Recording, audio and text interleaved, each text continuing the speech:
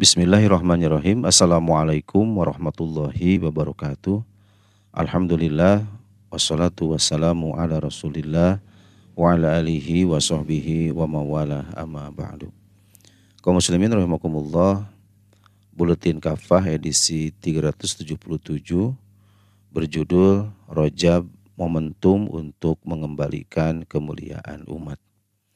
Kaum muslimin, seperti yang sudah sama-sama kita ketahui, Rajab adalah salah satu bulan di antara 4 bulan yang Allah Subhanahu wa taala muliakan.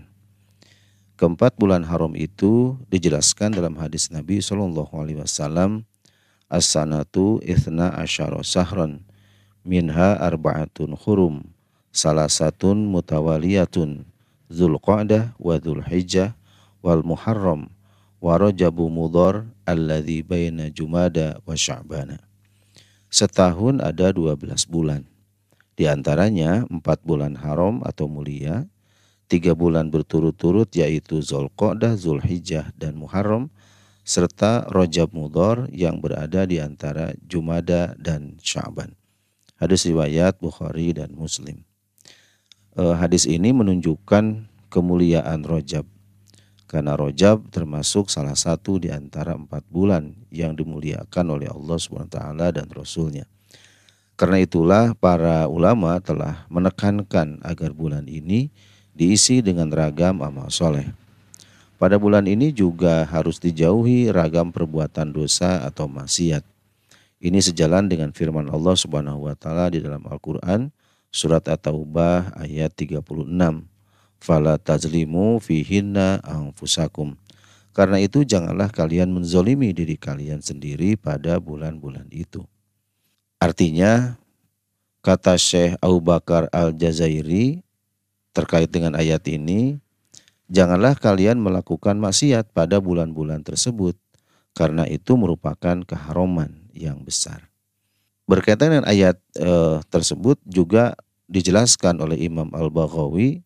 Beliau menyatakan bahwa larangan berlaku zalim atau maksiat tentu berlaku untuk seluruh waktu dalam setahun.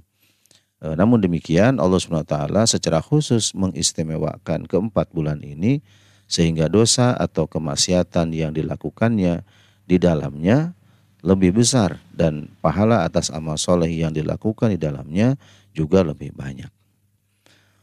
Atas dasar itu, ragam amal soleh pada bulan-bulan haram termasuk bulan Rajab saat ini akan dilipat gandakan pahalanya. Misalnya menegakkan sholat, tilawah Al-Quran, bersedekah, menghadiri majlis ilmu, berdakwah, melakukan amar ma'ruf nahi munkar, termasuk kepada para penguasa, berjihad di jalan Allah dan lain-lain.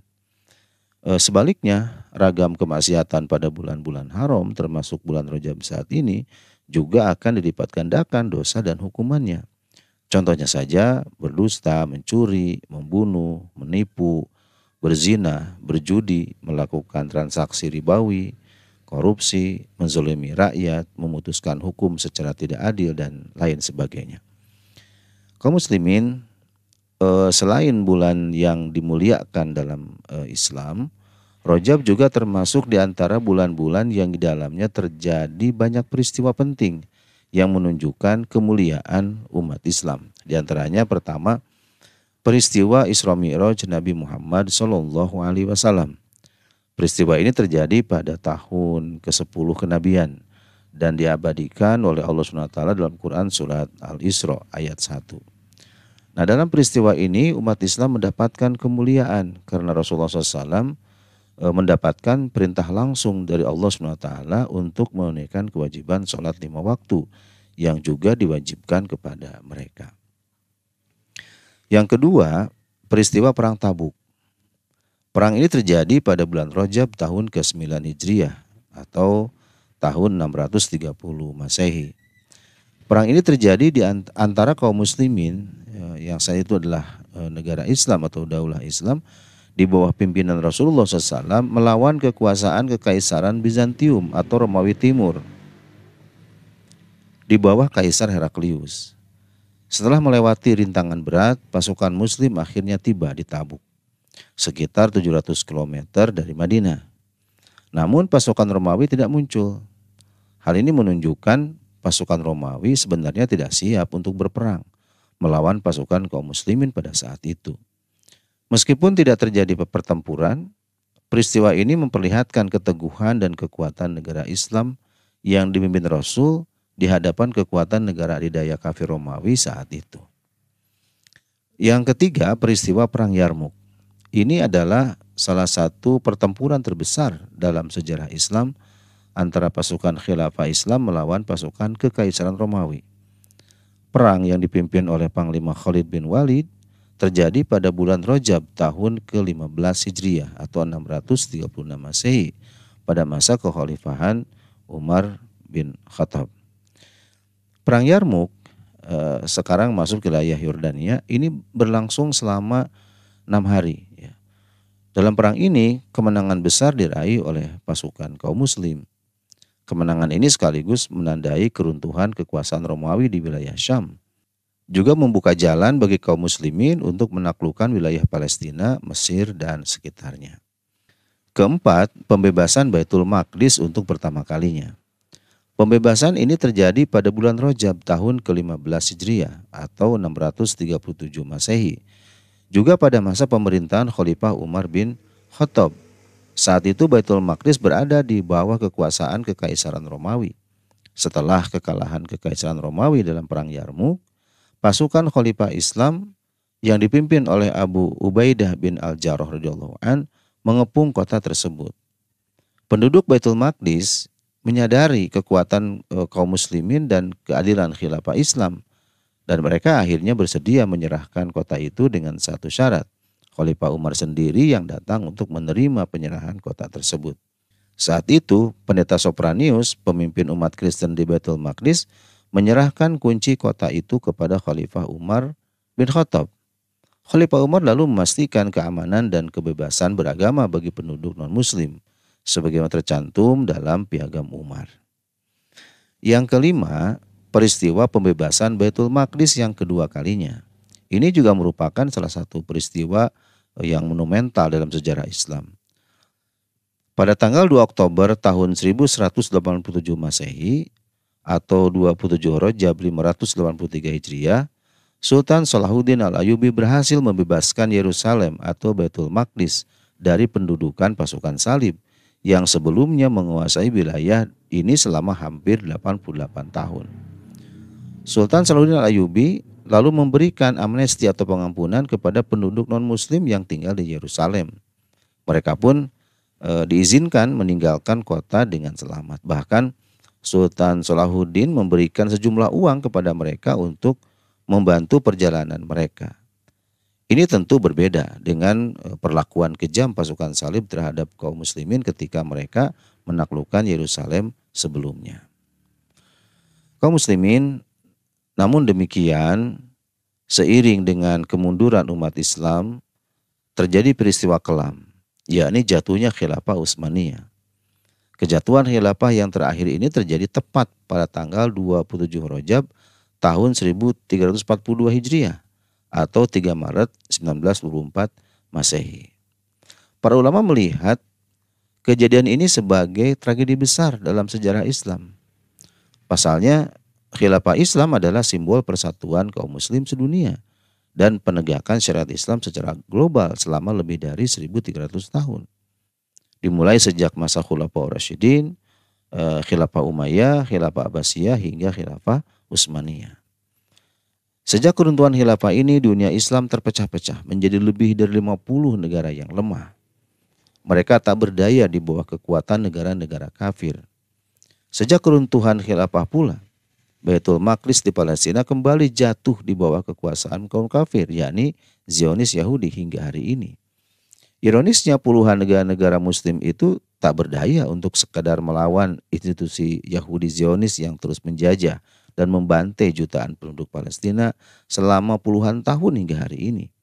Padahal institusi Yahudi ini sebetulnya hanyalah negara kecil dan lemah.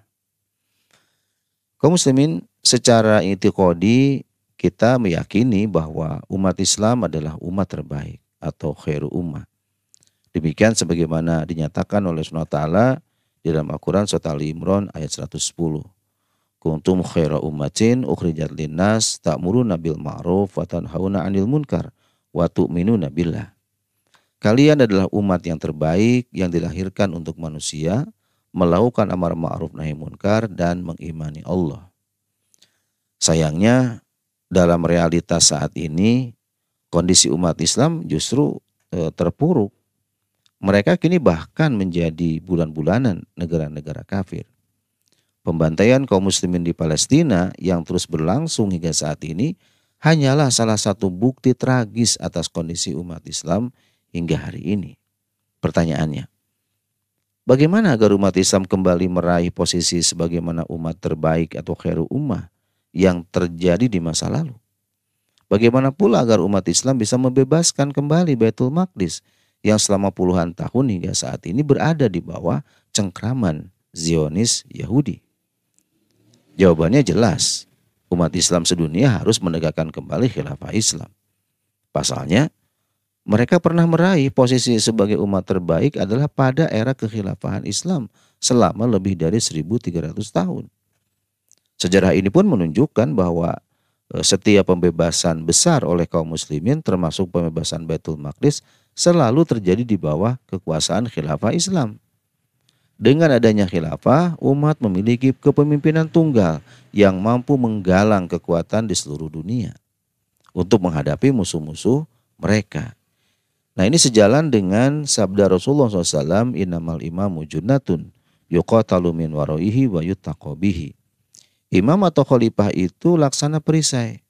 Orang-orang berperang di belakang dia dan berlindung kepada dirinya. Hadis riwayat Bukhari dan Muslim.